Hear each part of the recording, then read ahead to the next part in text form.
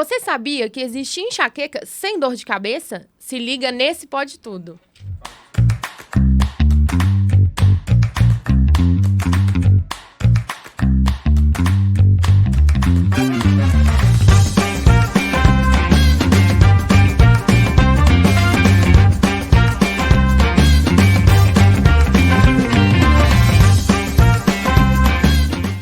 Olá, pessoal, tudo bem?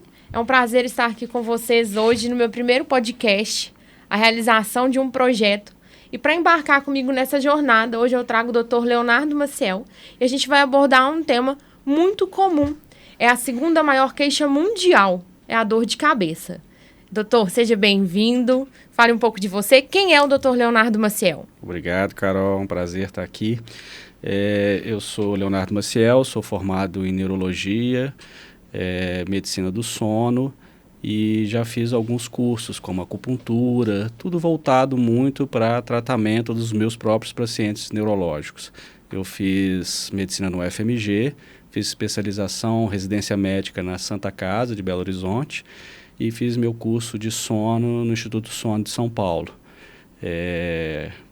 Acupuntura eu fiz no Instituto de Acupuntura Médica de Minas Gerais. Sou o pai do Pedro, do Rafa e marido da Flávia. Ah, que bom. Você chegou onde eu queria, porque aí você falou só que é o doutor, mas o Leonardo ficou lá no finalzinho. Isso aí. Bom, sabendo assim do meu histórico de enxaqueca, eu resolvi trazer esse tema, porque é possível a gente viver e não sobreviver à enxaqueca, né? Sim, claro. Acho que sobreviver, né, é uma palavra forte, quer dizer viver no limite, né? Eu acho que a gente tem que viver bem sem enxaqueca ou com o mínimo de enxaqueca possível. Como que a gente pode separar o que é dor de cabeça do que é enxaqueca? Essa é uma ótima pergunta e é muito confundida, né? As pessoas tendem a entender que enxaqueca é uma dor de cabeça forte ou uma dor de cabeça frequente. Ela pode ser forte e frequente, mas na verdade a enxaqueca é uma síndrome, ela é uma doença. Eu costumo falar muito com meus pacientes que enxaqueca não é dor de cabeça. A dor de cabeça é um dos sintomas de uma doença, de uma síndrome muito ampla que chama enxaqueca. Tá, se ela então é uma doença, ela tem cura? Não tem cura. Na medicina atual, em qualquer parte do mundo, você não vai ter uma cura para enxaqueca. Existem 3 tratamentos de uma forma muito simplificada para qualquer doença, né? Que a gente pode procurar a cura, né? O tratamento dos sintomas e o tratamento preventivo. No caso da enxaqueca, assim como uma gripe, a gente não tem a cura. Eu não posso te propor um tratamento que vai curar a sua enxaqueca. Nunca mais eu vou ter enxaqueca na minha vida. Mas eu posso aliviar os seus sintomas, as crises de enxaqueca, e assim como tentar prevenir, fazer com que as crises venham mais espaçadas ou menos frequentes e menos intensas, te dando assim qualidade de vida.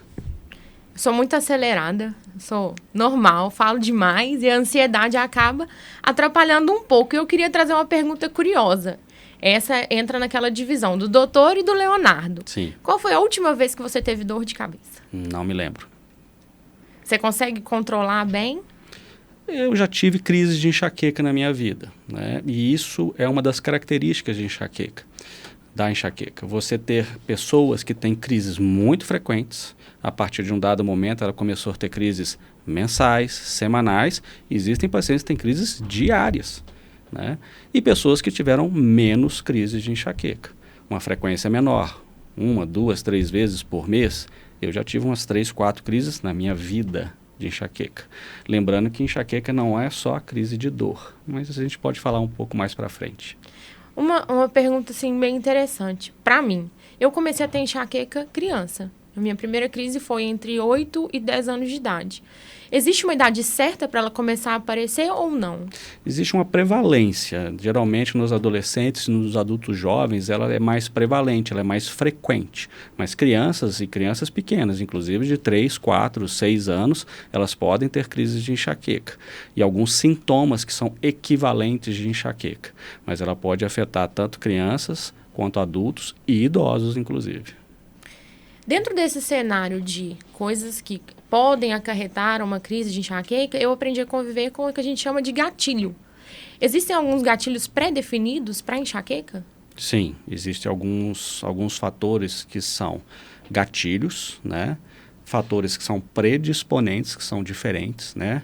Alguns gatilhos de enxaqueca já são bem conhecidos, né? Alimentos gordurosos, chocolate, principalmente chocolate mais escuro, vinho, principalmente o vinho tinto, cerveja, frituras, né? Entre outros alimentos que menos conhecidos, né?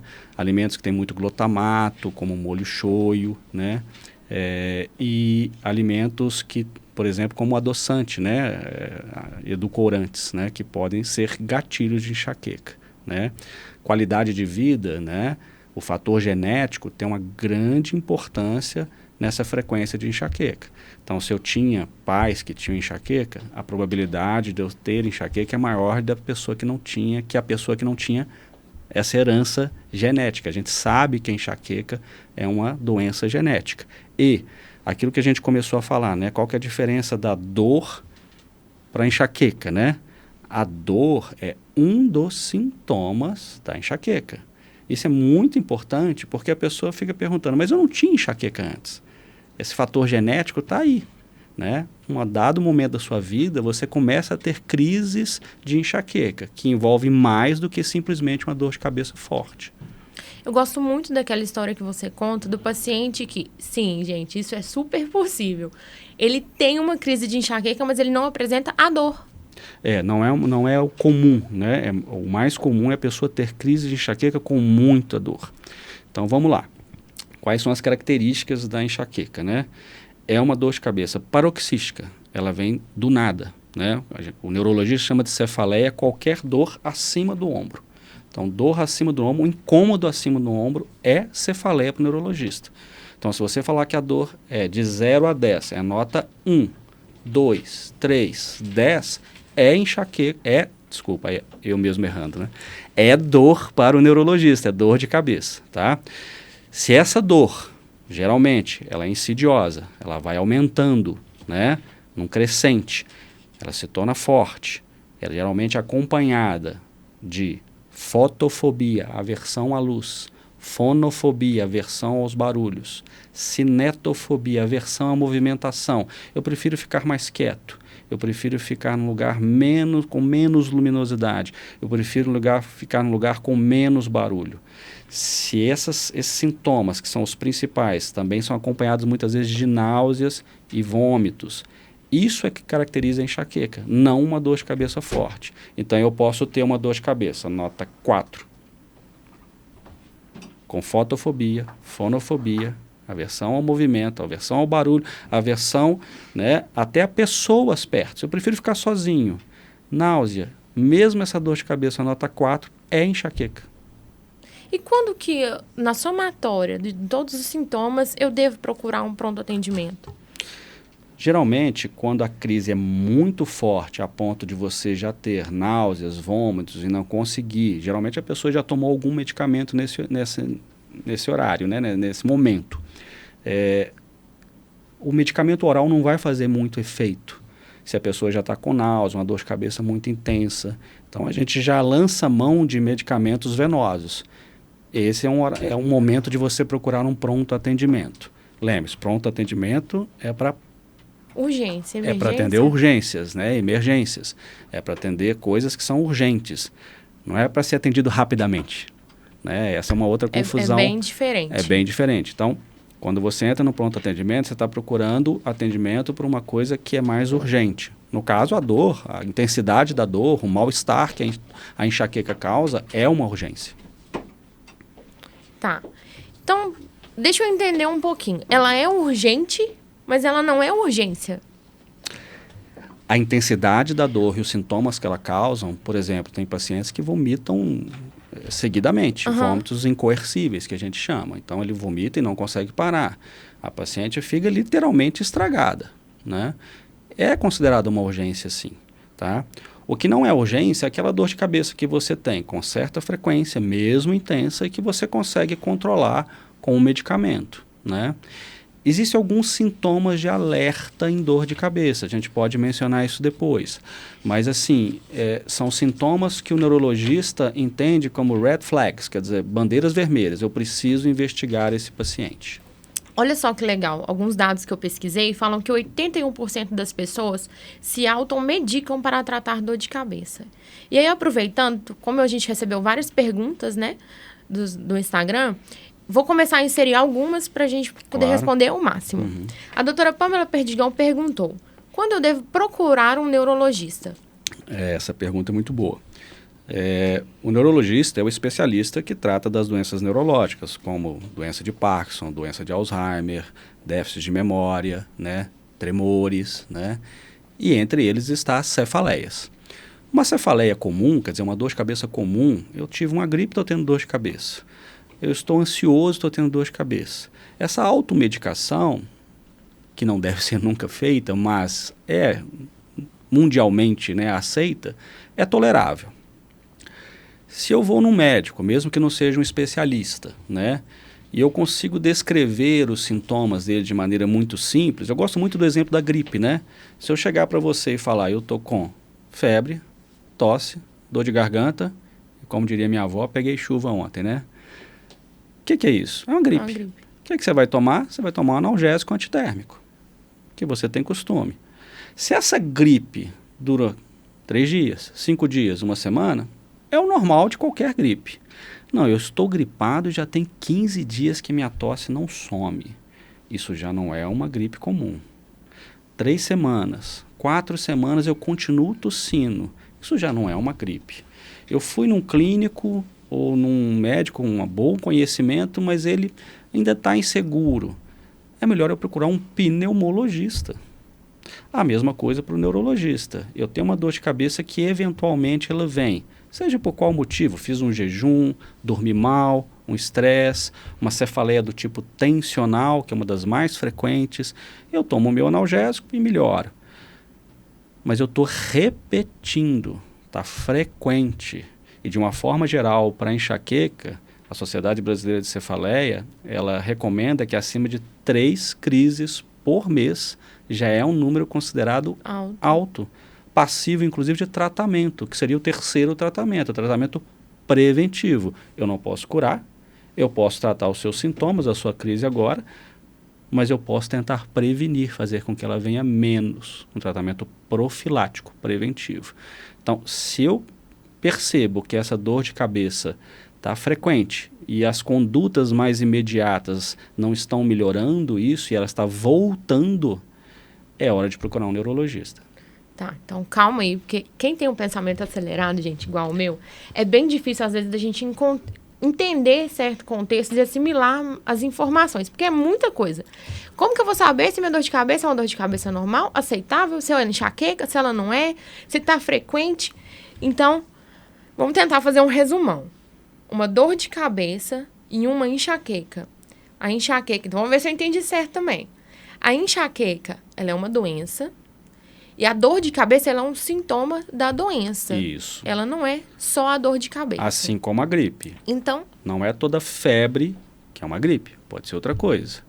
Mas se você junta esse conjunto de sintomas, você faz uma síndrome, uma doença que eu não entendo muito bem as causas, a enxaqueca não tem causa conhecida, mas que vem geralmente com os mesmos sintomas na maioria das pessoas, não necessariamente sempre, tá? Então, uma síndrome. Se eu tenho uma dor de cabeça, não interessa a intensidade, geralmente progressiva, sensibilidade à luz, ao barulho, ao movimento, náuseas, acompanhado às vezes ou precedido de aura. Eu já ia te perguntar, o que é aura? É, aura, tá? A Áurea é minha tia. A aura são sintomas focais, sintomas localizados no corpo, podem ser visuais, as pessoas descrevem estrelinhas, borramento visual, até perda de campos visuais, tá? Formigamento, até fraqueza de um certo membro, às vezes até de fala, que precedem ou vêm junto com a dor. Às vezes precedem a ponto de você ter a aura, durante alguns minutos, geralmente não mais que 1 hora, formam um hiato, um tempo sem sintomas, e depois segue-se o início da dor. Para complicar, existem sintomas antes da aula, que são os pródromos. São sintomas mais gerais, não focais, de uma parte do seu corpo. Então, são sintomas, por exemplo, bocejamento muito frequente, um sono muito frequente, irritabilidade. A vontade de comer chocolate. Vontade de comer um doce, podem ser pródromos e antecedem às vezes de 24 horas até 48 horas a crise de enxaqueca. Acho isso super interessante, porque eu tratava minha enxaqueca da certa forma. Eu comi muito chocolate, logo eu vou ter enxaqueca. Hoje eu vejo que não é isso. Eu tenho a vontade de comer chocolate, eu encho a cara de chocolate, mas é antecipando que logo eu vou ter. Lembre-se que o chocolate é um alimento composto, então ele tem, além do açúcar, do doce, ele tem gordura, manteiga, né? E alguns aminoácidos que são comuns, né? De vinho, chocolate, queijos, que é a tiramina, que também está relacionado como gatilho da enxaqueca. Então a gente tem que saber dosar. Tem que saber dosar. E se você percebe que aquele gatilho ele é muito influenciável nas suas crises, é melhor evitar mesmo. Porque uma crise pode passar com um medicamento simples, ou mesmo um medicamento mais forte, mais único, mas ela pode durar mais. E entrando nesse gancho de que existem alguns sintomas que tem junto com a enxaqueca, tem uma pergunta super interessante. A Gabriela Isabelle perguntou: sinto muita dor de cabeça quando estou muito nervosa e sinto a boca dormente. Pode ser um sinal de AVC? É muito incomum que um AVC, né, sintomas, mesmo focais, eles fiquem dando sempre os mesmos sintomas no AVC. O AVC, geralmente, de uma forma muito simples aqui, né, muito corrida, ele é um entupimento de um vaso, né, um sangramento, um entupimento de vaso, e ele vai dar sintomas progressivos. É muito difícil que ele dê os mesmos sintomas em crises frequentes. É possível? Mas é muito pouco provável, né? Costumo dizer que médico que tem certeza das coisas, eu só conheço um, né? O médico de homens e almas. Mas é muito pouco provável que seja um AVC. Ela já falou de um gatilho aí que a gente nem tinha comentado. É verdade. Né? Muito importante isso, que é a ansiedade, né? O nervosismo, ele é um gatilho importante, assim como o jejum prolongado, dormir mal, dormir demais. Aí eu tenho tempo, então eu posso ficar mais na cama. Pode ser um gatilho também. Você falou sobre a enxaqueca ser um processo, eu me perdi um pouco aqui, é super normal também isso, sobre a questão dos vasos. Existem certos de medicamentos que a gente usa esse hábito, né, da população de medicar sem ser orientado e que pode afetar por ser, sei lá, um vasodilatador, um vaso... Antigamente, achava-se que a enxaqueca era causada só pela vasodilatação, quer dizer, o vaso, por algum motivo que a gente desconhecia, ele dilatava, ele aumentava o seu tamanho e por isso desencadeava. Existem algumas teorias ainda, existem algumas evidências que isso ocorre, mas a gente sabe que hoje a enxaqueca é um processo muito mais complexo. Isso demandaria horas e horas de conversa aqui. Né? Então, muitos desses medicamentos foram feitos como vasoconstritores. Remédio, já que eu tenho uma vasodilatação, eu vou dar um remédio que faça uma vasoconstrição, que diminua o calibre do vaso. Não é assim que a enxaqueca funciona. Então, muitos desses analgésicos têm vasoconstritores. Existia um medo que essa vasoconstrição causasse uma vasoconstrição tão grande que poderia dar um AVC. Isso não é provado ainda. A gente tende a evitar em certos tipos de enxaqueca os vasoconstritores por precaução, mas não tem nada provado. Né? Mas isso só intensifica a questão de que a gente não deve se medicar sozinho. Existe um problema muito grave com relação à automedicação na enxaqueca. Existe um termo em inglês que é medication overuse headache, quer dizer, medicação por abuso dos analgésicos. Né? Então, assim, é quando a pessoa ela vai se automedicando. Isso, de uma forma muito simplificada, vai fazendo o seu limiar de dor, os seus receptores de dor ficar numa down regulation, numa regulação mais baixa. É como tomar remédio para dormir. A pessoa acaba tomando sempre um pouquinho mais, né? Outro podcast, hein? Próximo. Vários. Então, assim, a pessoa acaba tomando analgésicos de uma frequência. Então, ela percebe que ela toma o analgésico, funciona naquele momento, mas a dor volta um pouco mais rápido que anteriormente. Às vezes nem tão intensa, mas ela volta. Aí ela transforma uma enxaqueca que estava vindo 2, 3 vezes a semana, numa diária. Então, ela toma analgésico, melhora, a dor volta mais rápido. No outro dia, ela toma de novo. Então, existe um número, assim, mais ou menos arbitrário, que é se você está usando 2, 3 medicamentos por dia, cada classe de medicamento tem uma conta nesse número aí. Você está predisposto a transformar a sua enxaqueca numa enxaqueca crônica, numa cefaleia crônica diária. Vou contar aqui rapidinho, gente. De tanto eu chegar, eu até brinquei com ele, falei assim, olha, eu vou ter que explicar, porque eu não vou conseguir falar doutor Leonardo, né? O Léo trabalha comigo, de tanto eu chegar falando que eu sinto dor de cabeça todos os dias, ele fez essa proposta pra mim. Ele tirou todos os meus analgésicos, ele cortou, falou, não, vamos cortar isso tudo aí, parou, chega, pra gente fazer realmente essa desintoxicação, né? Mais ou menos isso. Né? Obrigado.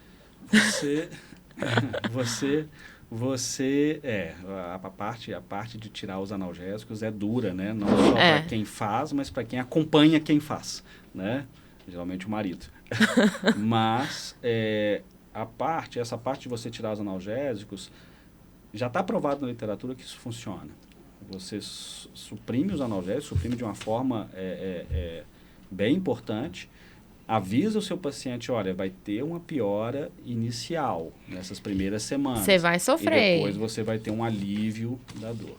Junto com isso, a gente tende a entrar com a medicação preventiva. É muito importante. Por isso, o especialista, que é um neurologista, ele tem esse conhecimento de entrar com baixas doses de medicações preventivas. E essas medicações preventivas não são analgésicos. São remédios feitos para outras coisas e que a gente, ao longo da história médica, né, da medicina, a gente percebeu que eles fizeram efeito para a enxaqueca. De uma forma bem rápida. Existem medicamentos, por exemplo, para pressão, que eu utilizo em baixa dose para tratar a enxaqueca. Mas olha só, não é remédio de pressão, é alguns tipos de medicamentos para pressão. Nem todos vão funcionar. Existem alguns tipos de antidepressivos que funcionam para enxaqueca. Então, eu uso amitriptilina, nortriptilina. As doses para depressão são 100 miligramas, 125 miligramas. A dose para enxaqueca, 10 miligramas. E é curioso, curioso, aconteceu isso comigo. Quando eu comecei o meu tratamento para enxaqueca, a gente começou com um antidepressivo, porque na época eu estava amamentando. E eu percebi, ao começar a tomar ele regularmente, que eu estava com depressão. Porque ele não melhorou só a minha crise de enxaqueca, ele melhorou o meu quadro como um todo. Claro, a pessoa que está tendo muitas crises de enxaqueca, são duas coisas diferentes. Quando eu escolho um preventivo, eu penso no meu paciente especificamente. Eu não posso passar o mesmo preventivo para 3 pessoas que estão na mesma sala, mesmo que sejam irmãs, tá? Então, por exemplo, se a pessoa tem um tremor associado, por um outro motivo que nem incomoda muito ela, eu posso escolher um tipo de remédio. Se ela tem um quadro de ansiedade, eu posso escolher outro tipo de remédio. Se ela tem um problema de sono, eu posso escolher um terceiro, associados à enxaqueca. Mas isso é muito importante. Eu não estou tratando a depressão, eu não estou tratando o tremor. É só um segundo benefício que eu pensando no tratamento, eu falo, eu também vou beneficiar essa pessoa com esse tratamento. Então, porque as doses, inclusive, são muito mais baixas. Então, eu não estou deixando você mais calma, menos deprimida para melhorar a sua enxaqueca. Eu dou o mesmo remédio, às vezes, para pessoas que não são deprimidas. Ele funciona, e é muito importante. A gente não sabe por que o funcionamento farmacológico, bioquímico dele lá no cérebro, a gente não sabe o porquê que ele funciona. Dessa forma, beneficiando. Mas a gente percebeu ao longo dos anos, de décadas de observação médica, que eles funcionam. E são doses bem mais baixas do que aquilo que aquele remédio foi feito para. Eu achei que era só no meu contexto de vida social que a enxaqueca interferia. Mas quando eu fui fazer os estudos, fui me informar um pouco mais para a gente poder ter esse bate-papo, eu vi que 82% dos brasileiros, eles sofrem com o impacto da enxaqueca na vida social. Então, acho que assim, a dor e os sintomas, a doença, ela é só uma pontinha do iceberg. Ele é muito maior do que a gente possa imaginar. E interfere na vida social, no trabalho, nos estudos, ela interfere em tudo, né? Muito. Inclusive, existem alguns estudos recentes provando que uma relação bidirecional da insônia com enxaqueca. Então, é sabido que se você dorme mal, você pode ter dor de cabeça. Qualquer dor de cabeça. É sabido que você dormindo mal, né, tendo insônia, é um gatilho para ter enxaqueca. Trabalhos recentes provam que as pessoas que têm muita enxaqueca passam a ter insônia. Então, é um processo bioquímico do cérebro. E você corre o risco também de ficar num looping, né? Exatamente. Aí uma coisa reforça, é um ciclo vicioso. Um ciclo vicioso. Então, pessoas que têm muita enxaqueca têm qualidade de vida diminuída entre as crises.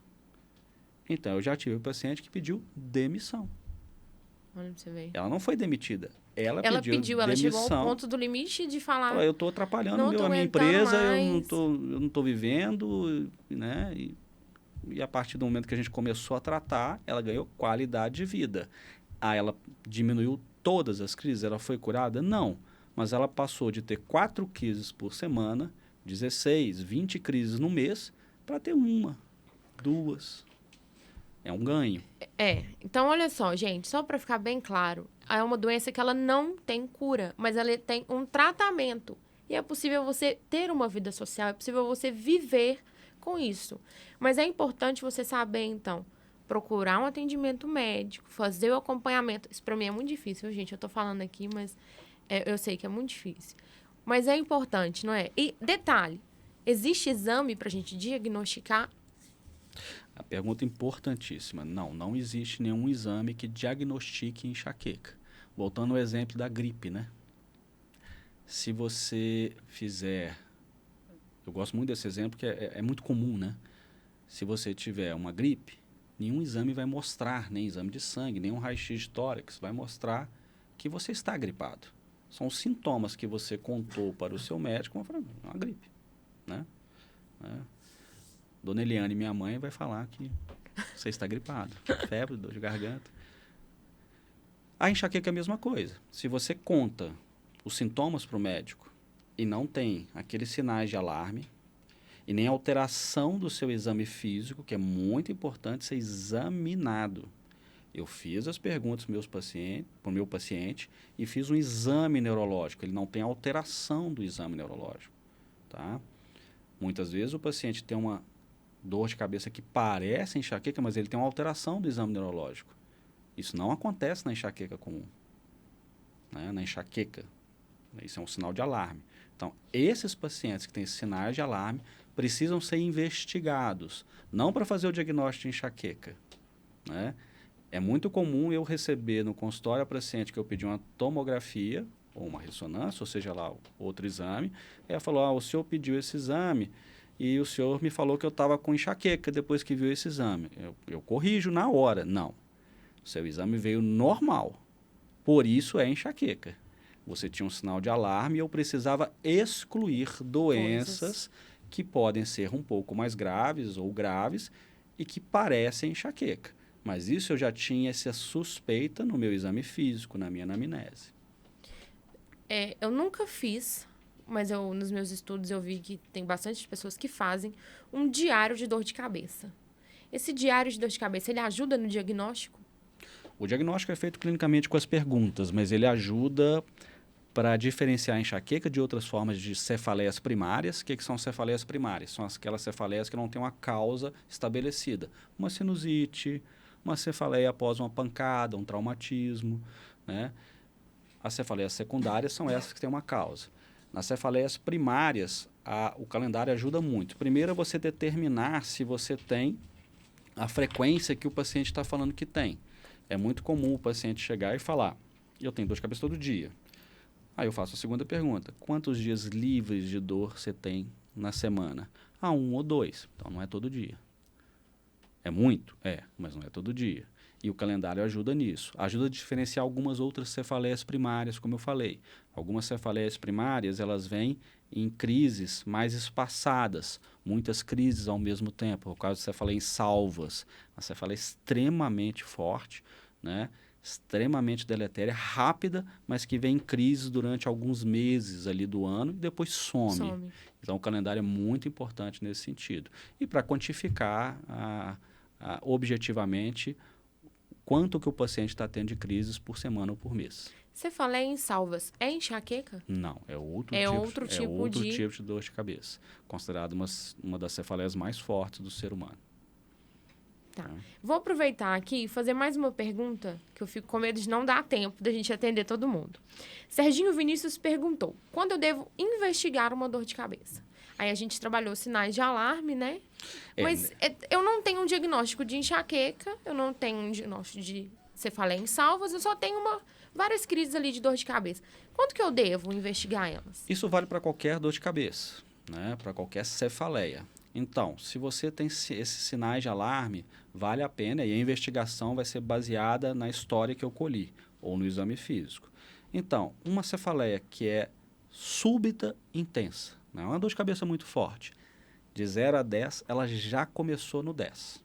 Ela já foi forte desde o início, a pior dor de cabeça da minha vida. É uma dor de cabeça que chama a atenção do neurologista. É aquela dor que a gente estava até brincando, que é a dor que te acorda. Às vezes você está dormindo, ela veio, Exatamente. Te acordou. É um outro sinal de alarme. Muitas vezes o paciente fala, eu acordei e percebi que eu estava com dor de cabeça. Essa dor não acordou o paciente, ele acordou e percebeu que estava com dor. Eu acordei pela dor, a dor me acordou. Isso é um sinal de alarme, né? É diferente. Aí eu tenho dor de cabeça mais deste lado. Mais deste lado não é só deste lado. Não, eu nunca tive dor de cabeça de um lado. É só deste lado. Essa localização fixa também é um sinal de alarme. Uma mudança de padrão da dor de cabeça.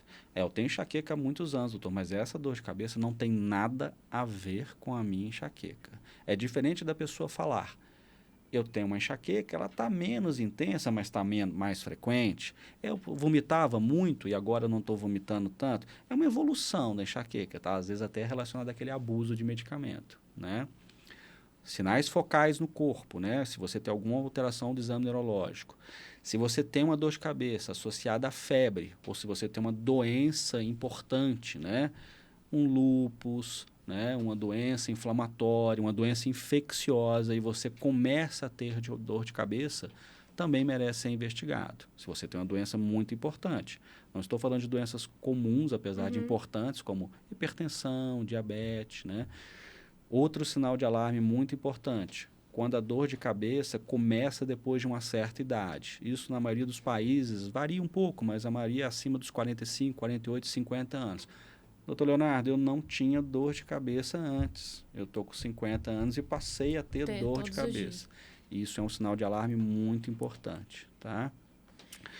Entre outros. Eu vou aproveitar o gancho para falar sobre... nós não vamos abordar por completo agora, né? Mas quem me acompanha sabe que eu sofro de enxaqueca e, de repente, eu tive uma mudança no padrão da minha dor. Então, conhecer o seu próprio organismo, conhecer a sua dor, igual você está descrevendo, eu acho super importante. Foi aí que eu consegui diagnosticar tão rápido a dissecção que eu tive ano passado. Porque eu sabia que era uma dor que eu não era do meu padrão de enxaqueca. Era uma dor que eu estava sentindo, opa, tá diferente. Né? Você saber especificar, igual você fala, ó, minha dor geralmente de enxaqueca, ela é dessa forma, ela é de um lado, ela é pulsante ou não, ela é intensa, ela é contínua, e de repente ela mudou, virou uma dor de cabeça fraca e contínua, opa, não tá no meu padrão. Esse é um fator muito importante, você se conhecer, né? E aí entra a automedicação que você falou. Se você pega uma dor de cabeça que você não desconfia dela, né? Pô, não é um padrão que eu tenho, e começa a se automedicar, você está mascarando, né? Para o neurologista ou para o médico que vai te atender esses sintomas. Então é muito importante que quando você desconfie que tem uma coisa que não é aquela, apesar de ser uma doença limitante, né, que atrapalha a vida das pessoas, a qualidade de vida das pessoas, é uma coisa que você já tem, é uma doença que você já tem, uns sintomas que você já tem há muito tempo. Se você percebe a mudança desse padrão, uma coisa de muito diferente do seu padrão, vale a pena investigar sim. Agora vamos falar um pouco, eu queria mudar assim um pouquinho de área. Eu queria entender, eu fui pesquisar, porque hoje eu tenho um plano de saúde. Eu consigo, quando eu estou lá na minha crise, que eu não consegui contornar em casa, eu procuro um pronto atendimento, né? Existe esse fluxo, eu sou medicada. No SUS, Eu queria entender como que funciona um pouco esse fluxo e tem uma dúvida super interessante da Natália Castelã. Quando é hora de encaminhar um paciente do posto de saúde para um atendimento neurológico? Também é uma pergunta importante. A partir do momento que você tem uma dor de cabeça, né, uma cefaleia, e o médico consegue tratar não só os sintomas, mas ele consegue fazer o diagnóstico, isso é muito importante. O que o neurologista tenta fazer? Ele tenta classificar aquela dor de cabeça, ele tenta enquadrar. É uma dor de cabeça primária, é uma dor de cabeça secundária. Tem uma causa, sendo uma causa simples ou uma causa grave. Ou eu consigo encaixar essa dor de cabeça numa cefaleia primária, numa cefaleia tensional, numa cefaleia em salvas, numa enxaqueca. Eu consigo encaixar? O médico pode começar o tratamento ali, se ele tiver esse conhecimento. Seja o clínico, seja o seu ginecologista, seja o cardiologista, ele pode começar. A partir do momento que ele tem alguma dúvida nesse diagnóstico, eu já acho que é momento de encaminhar. Não, eu não tenho certeza se enxaqueca, tem uma coisa estranha. Ou eu não consigo fazer esse diagnóstico. Você fala em salvas, não é uma dor de cabeça tão Fácil simples de diagnosticar. Então, se ele tem alguma dúvida nisso, eu acho que já é hora de encaminhar. Outro momento seria, eu tenho conhecimento, eu fiz diagnóstico, então eu acho que é uma enxaqueca, eu tenho aqueles sintomas ali que o Léo falou, né? Eu vou começar o tratamento. Tratei uma vez, testei um medicamento, não melhorou, testei outro, não melhorou, já é hora de mandar para o neurologista, né? Geralmente é o que acontece também no SUS, né? A pessoa tenta fazer esse diagnóstico e é encaminhada para o neurologista da rede pública mesmo. Hoje em dia, existe algum ambulatório aqui em Belo Horizonte que você conhece, da Rede SUS, que faça acompanhamento? Nós já tivemos já no Hospital de Lombarens, e até era sob os meus cuidados, né, o ambulatório de cefaleia. Não existe mais, eu não estou morando mais em Belo Horizonte. E a gente acha que tem na Santa Casa. Eu não sei de outros serviços pelo SUS que tem. Mas o fluxo é esse mesmo, posto de saúde, Fazer acompanhamento. O clínico ali, ele percebeu, ele conseguiu diagnosticar, ele faz o encaminhamento e aí vai seguir com o tratamento direto com o neuro e fazer o preventivo bonitinho, tomar medicação, reduzir a incidência de crises para conviver e ter uma qualidade de vida com a dor, que é o objetivo, né? Nós estamos na era da internet, né? Na era da internet, a fibra, né? Na época do podcast, pode tudo, né? Sim. E a gente quer tudo muito imediatamente. Quando a gente começa um tratamento preventivo, a gente tem que lembrar que esse tratamento não é o tratamento sintomático. Você não vai ter alívio imediato. Você não vai ter alívio nem na mesma semana. De uma forma simples, a gente pede para o paciente aguardar de 2 a 3 meses aquela primeira medicação que eu começo. Então, se eu começo uma medicação para você, vamos testar. Uma informação importante para qualquer tipo de paciente e doença. Quando eu começo uma medicação, eu espero que ele tenha um efeito. Qual é o efeito no caso da enxaqueca? Eu quero que diminua a frequência das suas crises. Né? Sim.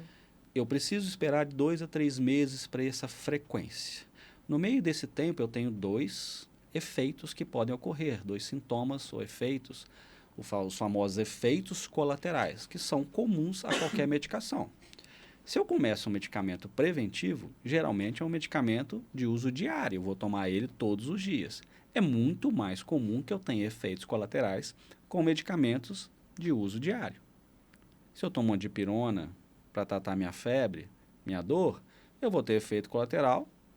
Talvez nenhum, uma sonolência, talvez, um pouquinho, né, desconforto gástrico, rápido. Se eu tomo dipirona todos os dias, provavelmente, você vai acentuar. Exatamente, eu vou ter mais possibilidade. Por isso que é muito comum ter efeitos colaterais. Se for um efeito colateral tolerável, eu já oriento meu paciente, desde a primeira consulta, eu falo, é comum ter isso. Aguarda, né? Tenta usar o remédio, né, por mais tempo. Claro, se forem efeitos colaterais muito intolerantes, uma coisa é você ter náusea. Outra coisa é você ter náusea todo dia e vomitar. Não tem como você fazer esse tratamento, né? E a segunda coisa seria contraindicações. Quer dizer, diferente do efeito colateral, eu tenho uma contraindicação àquele medicamento. Eu não devo dar, ou se eu for dar, eu devo dar Sim. com muito cuidado para o medicamento. Então, começado um tratamento preventivo, o paciente, que não vem de paciência, vem de patiere, do latim, que é sofrer, diria meu pai. ele tem que ter uma paciência para aguardar o efeito preventivo. E o médico tem que ter a paciência de explicar para o paciente isso e aguardar e falar, vamos tentar mais um pouco. Né?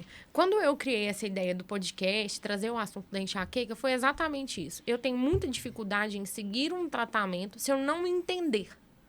Então, chegar para mim e falar, então, você tem isso, você vai tomar isso aqui.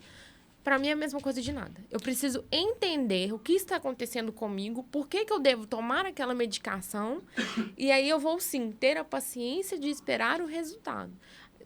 Eu estou falando isso de mim, né? Eu tenho essa dificuldade. Eu faço isso de rotina no meu consultório, tanto particular, como nos planos de saúde que eu atendo, no SUS, quando eu atendi, a gente entrega um folder, né, um papel A4 impresso, com explicações sobre a enxaqueca, o que é enxaqueca, os fatores desencadeantes, os fatores de gatilho, inclusive com indicações onde procurar mais informações, né? Evitar, né, quando você for procurar informação, né, evitar ir na internet aberta. É interessante que você vá buscar sites informação, seguras, sites né? seguras, informações. O próprio site da Sociedade Brasileira de Cefaleia tem muitas informações sobre não só enxaqueca, como outras dores de cabeça. E a partir dali você pode procurar outras fontes.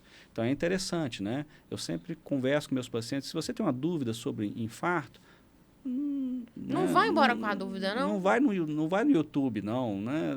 Vai no site da Sociedade Brasileira de Cardiologia, entendeu? Lá vai ter informação sobre isso. E seguras, confiáveis, Exatamente. né? Tem um site americano, uma associação de pessoas que sofrem com enxaqueca, eles têm inclusive um link lá, sabe? Com vários depoimentos de pessoas que sofrem com enxaqueca. Tem um link Encontre o Seu Médico. Eu achei isso super bacana deles, sabe? Nós replicamos isso no Brasil também.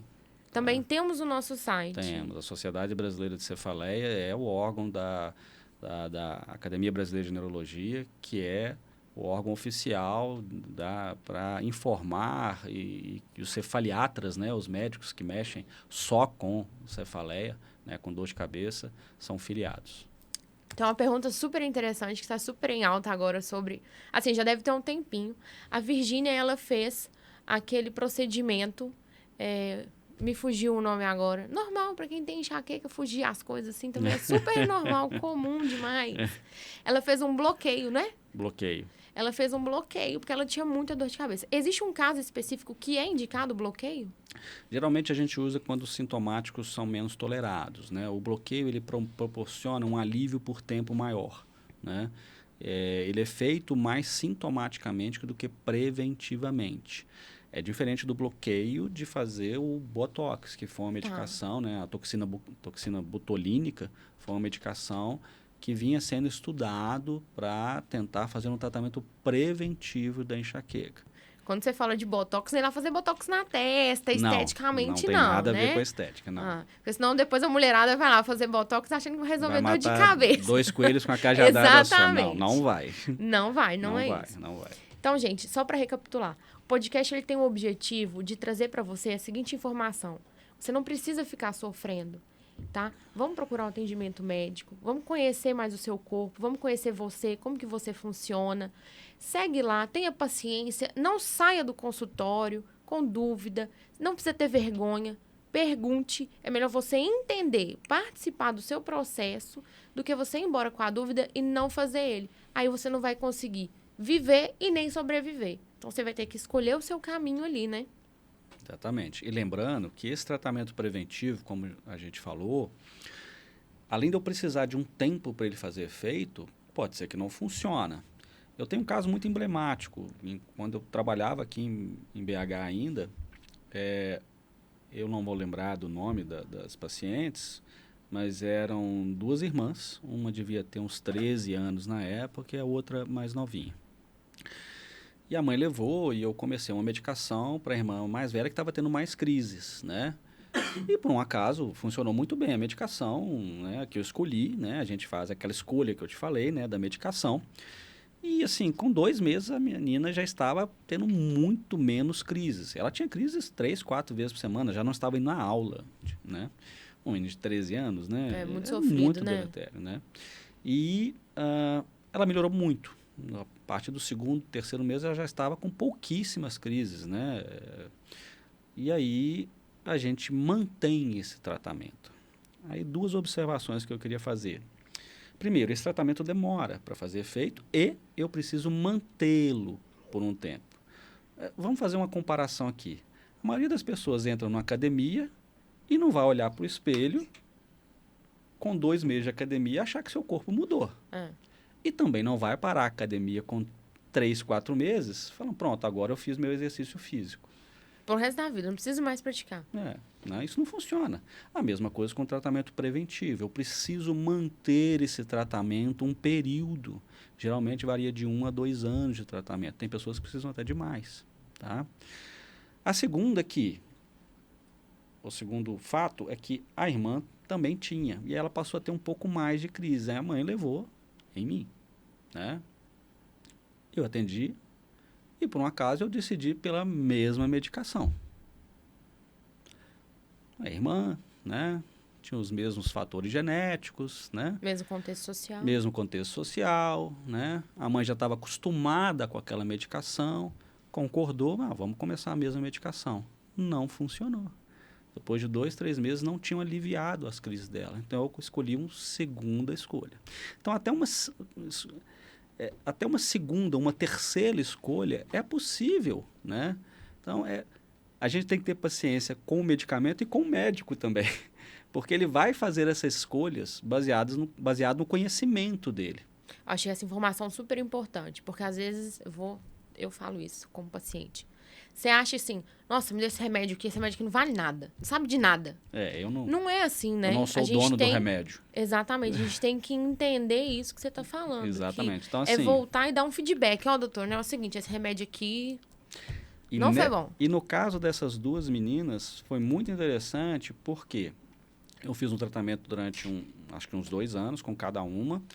Essa menina já tinha uns 15 anos. A gente tira a medicação. Quando a gente tira a medicação, a gente tira de forma gradual para o paciente ir acostumando ali, né, com a medicação. E ela passou um bom tempo sem ter crises. Daí um tempo, eu não lembro se foi mais um ano ou 2, acho que foram 2 anos, ela voltou. Ela já estava com quase 17 anos. Ela voltou para mim. Eu falei, doutor Leonardo, aí ela voltou até sozinha, não voltou... Já não estava com a mãe. Ela falou, doutor Leonardo, eu voltei a ter as crises com mais frequência. Eu não quero que fique daquela forma que eu estava tendo. Eu já quero começar o tratamento agora. Né? De uma forma geral, Carol, a gente tem mais ou menos aquele número de 3 a 4 crises por mês para começar. A gente está autorizado a começar um tratamento preventivo, quer dizer, um tratamento diário. Então ela já viu que estava começando a aumentar de novo. Passei a ter 2, 3 crises no mês. Falei, não vou chegar a ter crises quase diárias. O que eu fiz?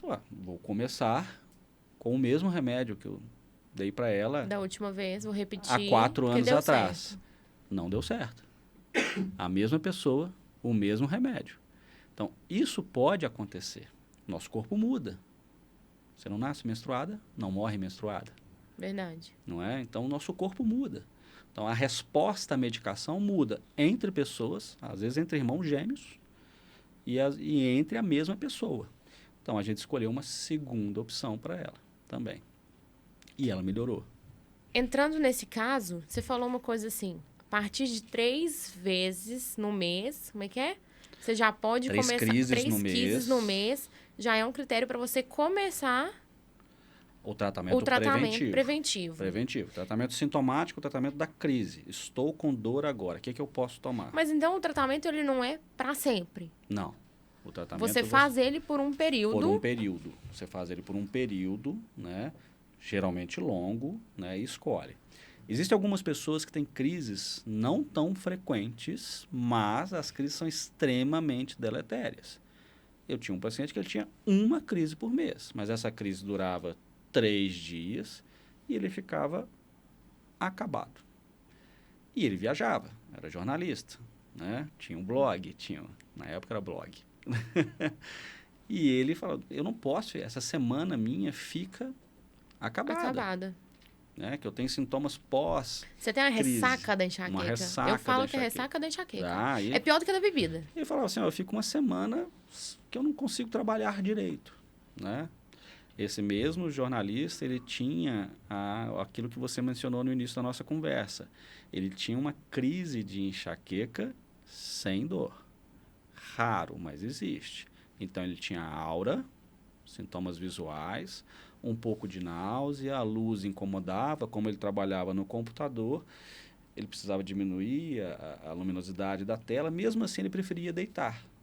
Dor? Não, nenhuma, mas me incomoda, náusea, eu estou com uma fotofobia, uma aversão à luz, o barulho aqui, eu vou deitar, desligo, daqui a pouco eu melhoro. Olha pra você ver, né? Sem dor, vários sintomas, e ele continuou perdendo. Exatamente. Né? Perdendo a qualidade de vida, perdendo a produtividade dele. Sim, com uma crise. Com uma crise só, vários dias. Vários dias. E a cada... O nosso índice de dor de cabeça, para quem tem, é que você tem 15 dias em um mês. Você consegue, tipo assim, aproveitar. Você aproveita 15 dias em um mês. Isso é considerado já uma cefaleia crônica. Né? 15 dias de dor de cabeça no mês. Né? 15 dias num mês já é considerado dor de cabeça crônica. Né? Também te autoriza o tratamento. Esse paciente, por exemplo, tinha uma crise no mês, mas prolongada, uma crise que durava vários dias, né? A gente decidiu por tratar. E o tratamento, ele varia, vamos supor assim, de 6 meses a 1 ano, e depois a gente suspende a medicação? Menos de 6 meses não é. Geralmente é mais de 6 meses, 1 ano, e depois você suspende gradualmente a medicação. E aí fica um tempinho ali com as crises controladas. Isso te dá um lucro. Isso te dá um lucro. Você tratando durante 1 ano, você passa a ter, vou colocar de uma forma aleatória, tá? Você passa a ter um outro ano com menos crises. Então, você passou um outro ano sem usar medicamento, com o mesmo benefício que você teve o tratamento, e sem usar medicação, com qualidade de vida. É igual você falou, certeza a gente não pode dar. Mas sem crises ou com uma dor de cabeça mais branda? As duas coisas. O objetivo são as duas coisas. Eu quero que as dores sejam menos brandas e bem menos frequentes. Então, em teoria, nos livros, se você consegue uma melhora acima de 50%, é considerado uma melhora bem razoável. Então, eu tinha 8 crises no mês, passei até 4. Considerado uma melhora razoável. Eu, particularmente, acho que tem que ser mais. Porque a enxaqueca tem uma tendência a cronificar em algumas pessoas. Já tem alguns trabalhos científicos que provam isso. Algumas pessoas têm a tendência de piorar as crises se elas mantêm a crise com alguma frequência. Então, eu tenho uma tendência que melhore acima de 75%. Então, eu tenho 8 crises no mês, eu quero que você tenha 2, 3, no máximo. Né? De preferência 3 no ano, mas aí eu não posso prometer. O ideal seria, né? O ideal seria. E outra coisa muito interessante. Às vezes, uma vez eu recebi um paciente, a gente vai ficando mais experiente, a gente vai aprendendo a ler o que o paciente te conta, te fala. Às vezes eu recebi um paciente, ele me falou assim, o tratamento não está funcionando, doutor Leonardo. Eu falei, mas na outra vez você me falou que estava muito bem, né? Tive, mas estava bem, mas eu tive uma crise muito forte. Eu fui parar no pronto-socorro, vomitei muito, tive que tomar remédio na veia, né? Eu falei, peraí, quantas crises dessas você teve esse ano? Vamos supor que fosse março, igual no final de março. Falei, uma. Falei, olha só, vamos pegar aqui o seu calendário. Você já correu 4 meses. Vamos pegar aqui o seu calendário do último ano. Vamos ver o calendário aqui, a importância do calendário, né? Você tinha crises semanais. Você tinha 2, 3 crises semanais. Crises dessa forte, você tinha 4, 5 crises no mês. Toda semana você ia parar no pronto-socorro. Você teve uma em 4 meses. Se continuar assim, você vai ter 3 crises, 3, 4 crises no ano. Então, é considerado uma melhora razoável. Só que no pensamento dele, a enxaqueca não ia deixar ele ter... O tratamento da enxaqueca não ia deixar ele ter nenhuma crise forte. Isso nenhum neurologista pode prometer. Geralmente você consegue as duas coisas. Você consegue diminuir as crises, a frequência e a intensidade. Esse é o grande objetivo do tratamento. Vamos fazer um bate-bola aqui rapidinho para a gente colocar assim, salvo lá nos destaques para todo mundo saber sobre enxaqueca e dor de cabeça, acabar de vez com essa coisa de automedicação, o povo procurar tratamento, porque enxaqueca, dor de cabeça, qual que é a diferença? A dor é um dos sintomas da doença enxaqueca. A doença enxaqueca é mais complexa. Doença, tem cura? Algumas sim, outras não. No caso da enxaqueca, não tem cura. Não tem cura. Tem tratamento. Tem tratamento. Então, a gente tem que procurar a partir de 3 crises no mês. É um número aleatório, mas é um número bom. A gente pode considerar que deu 3 crises de dor de cabeça 3, forte 4 no mês. No mês, pode procurar um neurologista. Vai começar seu tratamento. É possível viver com a dor de cabeça e com a enxaqueca? Sempre dor, nenhum sintoma é normal. Não existe dor normal. Existe cefaleia, dor de cabeça comum. Então, normal não é. É possível viver com pouquíssimas crises. Mas dá pra gente levar uma vida boa. A partir do momento que a gente faz o tratamento, reduz o índice de crise, a gente vai começar a viver mais e sofrer menos. Então, acho que dá pra gente... Olha, eu tenho um exemplo muito interessante de uma amiga médica. Eu acho que ela até fez uma pergunta para você, né? A doutora Carísia. Vou citar o nome dela, mas não sei se eu posso. Mas pode. Assim, como sobreviver com enxaqueca crônica? Exatamente. Então, não é sobreviver, é viver bem. Então, essa coitada dessa médica também, colega, amiga, ela tinha crises, assim, frequentes, crises muito debilitantes, e a gente fez várias tentativas com vários medicamentos, inclusive com associação de medicamentos, né? E depois de 4, 5 tentativas, a gente conseguiu encontrar um medicamento, uma saída para a crise dela. Agora ela tem pouquíssimas crises, né? Ela não anda me ligando. Não sei se ela desistiu de mim ou se ela está muito bem, mas eu acho que ela está bem. Carícia, depois você conta pra gente se hoje você vive ou se você sobrevive. Isso aí. Que a pergunta dela realmente foi muito interessante pra gente.